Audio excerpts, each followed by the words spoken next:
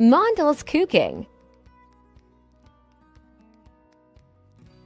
আসসালামু আলাইকুম, কেমন আছেন সবাই? আবারও চলে এসেছি আপনাদের সঙ্গে আরও একটা নতুন রেসিপি নিয়ে। তো এখানে একটা আমি পাত্র নিয়ে নিয়েছি। পাত্রর মধ্যে হাফ বাটি থেকে একটু বেশি উষ্ণ গরম গরুর দুধ নিয়েছি, সেটা ঢেলে দিলাম। তারপর দিয়ে দেব চিনি। তো চিনিটা আপনারা মিষ্টি হিসাবে দেবেন, যেমন মিষ্টি পছন্দ করেন। তো আমি এখানে 3 চা চামচ চিনি দিয়ে দিলাম। তারপর দিয়ে দেব ইস্ট। তো আমি এখানে ড্রাই ইস্ট নিয়েছি, ড্রাই ইস্টটা আমি 1 চা চামচ দিয়ে দেব। এটা মাপটা কিন্তু ঠিকঠাকভাবে দেখবেন, তাহলে তো কিন্তু মাপটা ঠিকঠাক হবে। আমি এখানে একটা মাপ করে নিয়েছি। তারপর দিয়ে দেবো, ইস্টের গন্ধ আছে তাই একটু ভ্যানিলা এসেন্স দিয়ে দিলাম। তারপর এটা ঢাকা দিয়ে আমি 10 মিনিট রেখে দেব।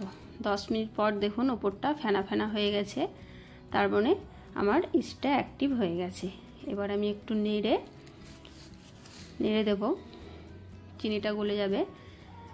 তো এবার আমি এখানে 1 বাটি ময়দা নিয়েছি, ময়দাটা পুরোটাই দিয়ে দেব, পুরোটাই ঢেলে দেব। তো এবার আমি স্বাদ মতো দিয়ে দেব লবণ। তারপর হাতের সাহায্যে ভালোভাবে মেখে নেব।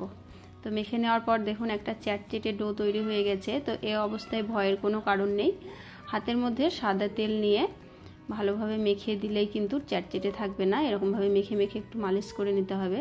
তো দেখুন আর চ্যাটচেটে না, একটা সুন্দর ডো তৈরি হলো। এবার উপরে আমি একটু সাদা তেল মেখে একটা ঢাকা দিয়ে 2 ঘন্টা গরম জায়গায় রেখে দেবো। বিশেষ করে রান্নাঘর কিংবা রোদেও রাখতে পারেন। তারপর 2 ঘন্টা পর দেখুন কতটা ফুলে গেছে, ফুলে একদম ডবল হয়ে গেছে। এবার আমি হাতের সাহায্যে চেপে চেপে ভেতরের হাওয়াটা বের করে দেব। তো ভিতরের হাওয়াটা বের করে দিলাম। এবার আমি 10 থেকে 15 মিনিট মালিশ করে নেব। বেশিক্ষণ মালিশ করলে কিন্তু ভালো হয়। এবার দেখুন কত সুন্দর একটা নরম ডো তৈরি হয়ে গেল। এখানে আমি একটা প্যান নিয়ে নিয়েছি।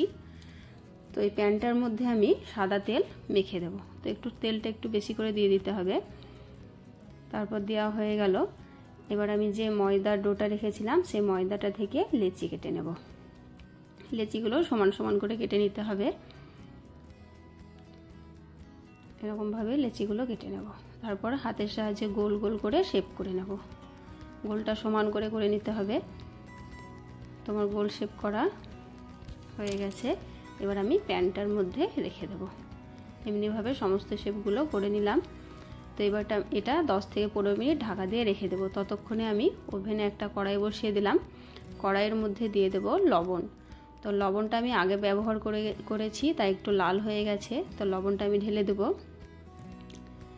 তারপর হাতের সাহায্যে একটু সমান করে দেব। তারপর আমি 10 মিনিট এটা হাই ফ্লেমে গরম করে নেব। ততক্ষণে দেখুন আমার 10-15 মিনিট হয়ে গেল ঢেকে রাখা। তো কতটা ফুলে গেছে। তো এবার আমি উপরে একটু গাওয়া ঘি নিয়েছি, একটা সুতি কাপড় নিয়েছি। তো আপনারা ব্রাশেও করতে পারেন। তো আমার ব্রাশ নেই তাই আমি কাপড়ের সাহায্যে উপরে একটু মেখে দিলাম, দিয়ে দেবো। এরকমভাবে দিয়ে দিতে হবে। তারপর আমি কড়াইয়ের মধ্যে বসিয়ে দেবো। তার জন্য একটা স্ট্যান্ড বসিয়ে দিলাম। স্ট্যান্ডের উপর প্যানটা দিয়ে দেব।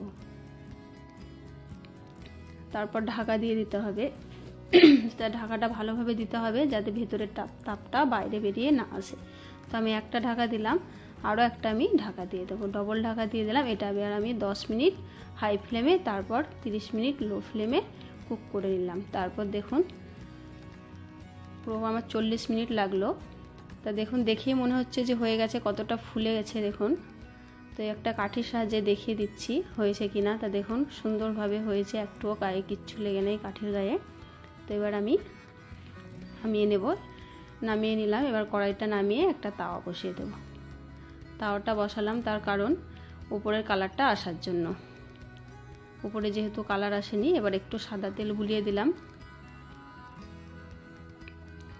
তারপর আমি প্যান থেকে ছাড়িয়ে নেব।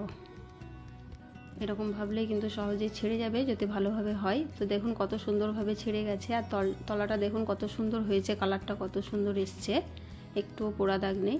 প্যানটা দেখুন একটুও পোড়েনি। তো এবার আমি একটু রাখলেই কিন্তু হয়ে যাবে। তো হয়ে গেছে। এবার আমি ঢেলে নেব। তারপর দেখাচ্ছি আপনাদের উপরের কালারটা। তো দেখুন মাশাআল্লাহ আমার কালারটা কত সুন্দর হয়েছে। তো এই হলো আজকের আমার রেসিপি পাউরুটি তৈরি। তো আমি ঘরোয়া পদ্ধতিতে কত কম সময়ের মধ্যে এবং কম উপকরণে পাউরুটিগুলো তৈরি করলাম। তো সবগুলোই দেখুন কত সুন্দর হয়েছে, কালারটাও কত সুন্দর হয়েছে আর কতটা নরম তুলতুলে হয়েছে দেখুন। তো আমার এই পাউরুটি রেসিপি কেমন হয়েছে আমাকে কমেন্ট করে জানাবেন, আর ভালো লাগলে একটা লাইক দেবেন, আর এরকম ধরনের নতুন নতুন রান্নার রেসিপি পেতে আমার চ্যানেলটিকে সাবস্ক্রাইব করবেন।